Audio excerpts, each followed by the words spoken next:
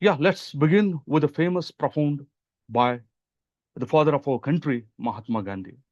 Earth provides enough to satisfy every man's needs, but not every man's greed. This social imbalance, this environmental imbalance leads to this iconic cartoon written by one of the famous cartoonists of Andhra Pradesh, where this social, political, economical, and environmental imbalance made richer become richest, poor become poorer. So, no words to express and no words to match this iconic cartoon.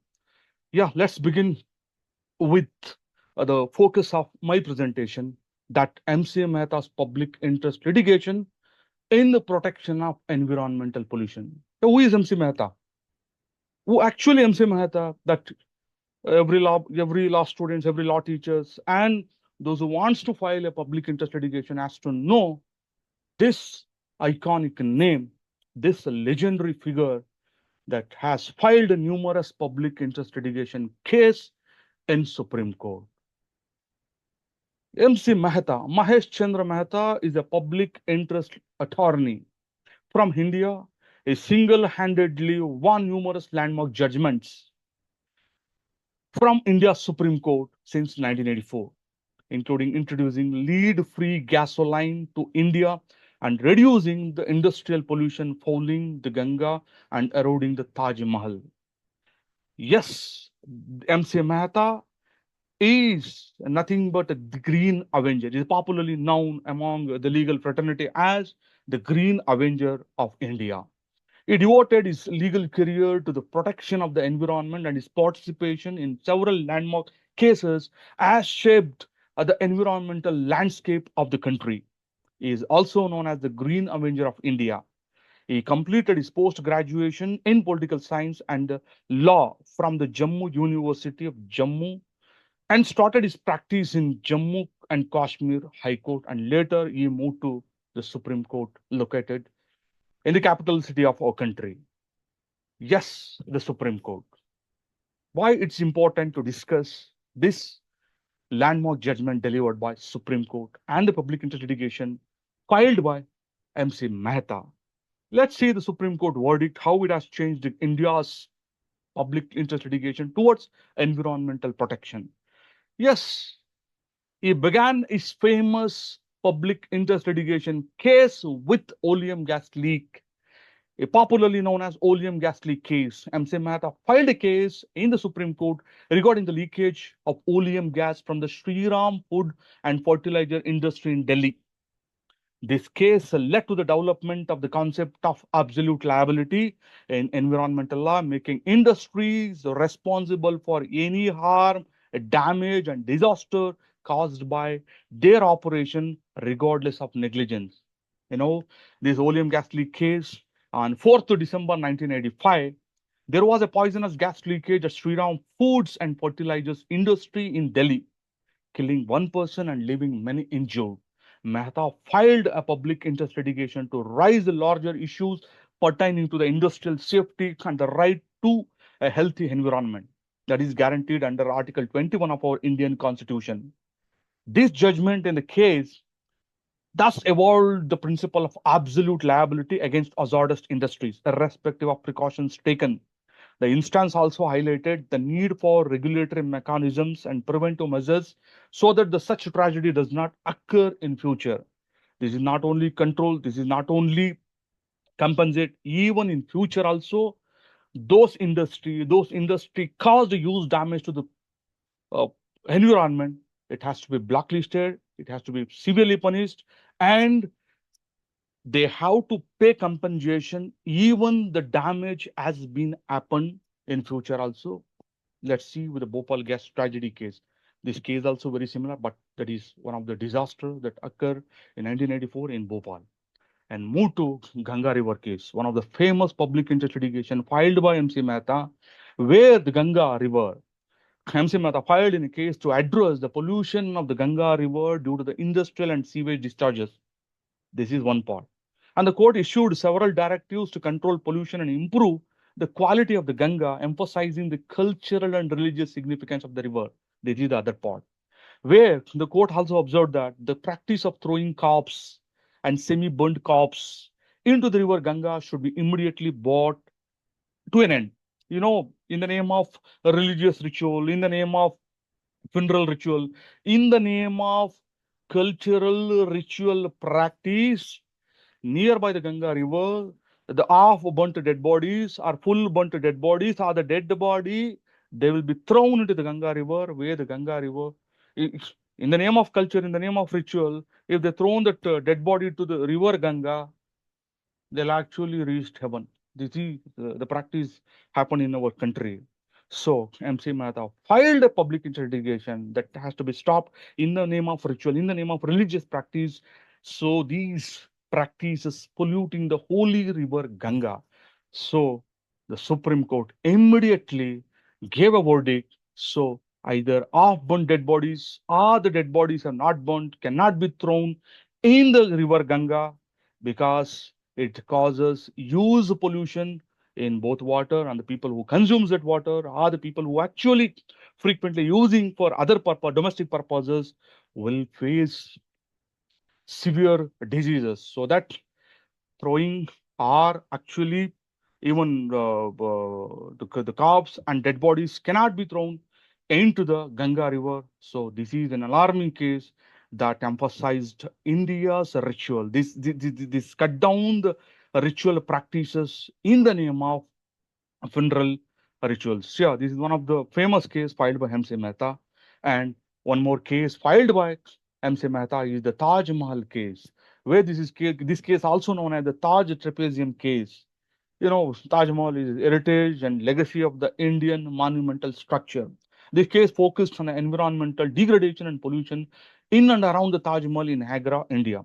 So within the 3 to 5 kilometer radius, there are plenty of industries, factories that are actually leaking the gases and actually they're dumping the hazardous chemical that causes huge damage to Taj Mahal. The Supreme Court issued various directions to control air pollution and industrial activities in the Taj trapezium zone within 3 to 5 kilometer radius. No factories, industries, or that factories and industries which decreases, which pour the chemical substances, they will be held liable with the aim of preserving the iconic monument, including closing of all emporia and shops functioning within the Taj premises, along with giving rights to workmen.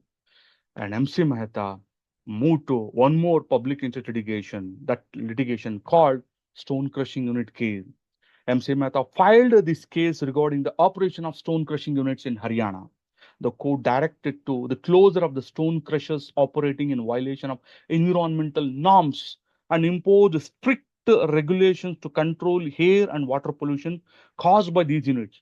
The stone crushing units not only damaging air but also damaging the water, the nearby river, the nearby pond, the nearby lake has been polluted by the stone crushing works. So due to this public interest litigation, Supreme Court gave a stricter guidelines to stop immediately in operation or activities of this crushing stone works. Yeah, and MC Mehta moved to South Indian cases also. He actually filed one of the famous public interest litigation relating to Tamil Nadu's child labor case. MC Mehta was a state of Tamil Nadu and others in 1996.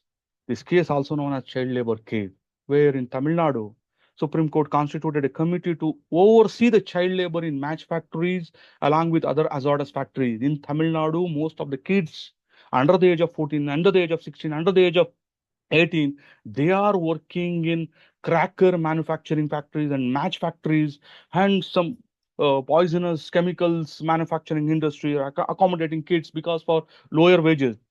This committee gave several recommendations to prevent fatal accidents due to child labor.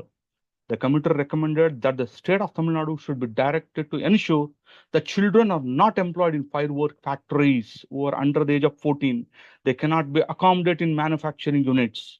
The committee also recommended 6 hours working in a day with child employment in only packing works that easily they can work, and facilities has to be provided with recreation, socialization, leisure, and even education, insurance, and all benefits given under the labor law.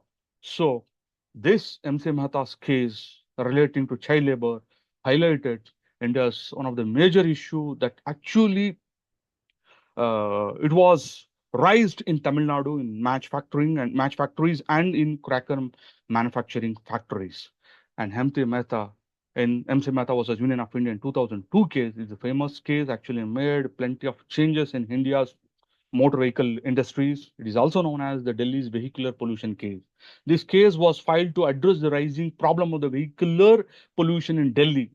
The Supreme Court issued directives to regulate vehicular emissions, promote the use of compressed natural gas, that is CNG, and improve public transportation to reduce air pollution in the capital.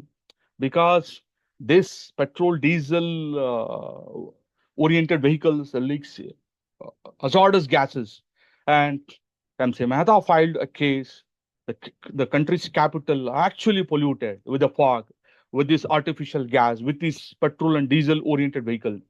So this case actually promoted CNG vehicles. Now you take for example Tata, you take for example even Mahindra vehicles, even the car and the motorbikes who manufactured in India, now they're promoting CNG.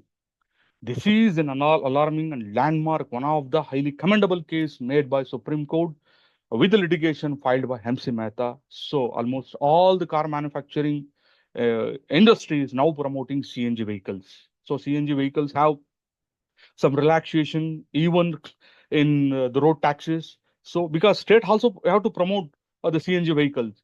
So this is one of the landmark case by Supreme Court that actually made India into CNG, that gas-free and chemical or pollution-free vehicles. So the credit has to go to MC Mehta. And one more case, MC Mehta versus Kamalnath and others. This is actually three doctrine has been made: principle of exemplary damages and polluter pay principle and the public trust doctrine, where the principle of exemplary damages was first applied in this case, where the court held that the court would impose exemplary damages other than the damage one is liable to pay for polluting the environment, so that it may act as a deterrent for others not to cause pollution in any manner. The polluter principle to compensate not only the victims but also the cost of restoring the environmental degradation, and so that damaged ecology can be reversed. And Supreme Court recognized the importance of the public trust doctrine in environmental matters. The court held that the state has the trustee of natural resources is obligated to protect and preserve these resources for the benefit of public. It not only control, it not only regulate, even in future also, anybody commits mistake or damage, they has to pay even for the future also. That's why these principles of exemplary damages, this polluter pay principle, and this public trust doctrine is an absolute liability to the people, to the factories, to the industry who made pollution, who made actually pollution, they held liable, and the polluter pay principle is one of the absolute liability for the offender side. So thank you for your kind attention. And this is my shorter presentation as part and parcel of the refresher course on environmental science and sustainable development. Thank you, one and all.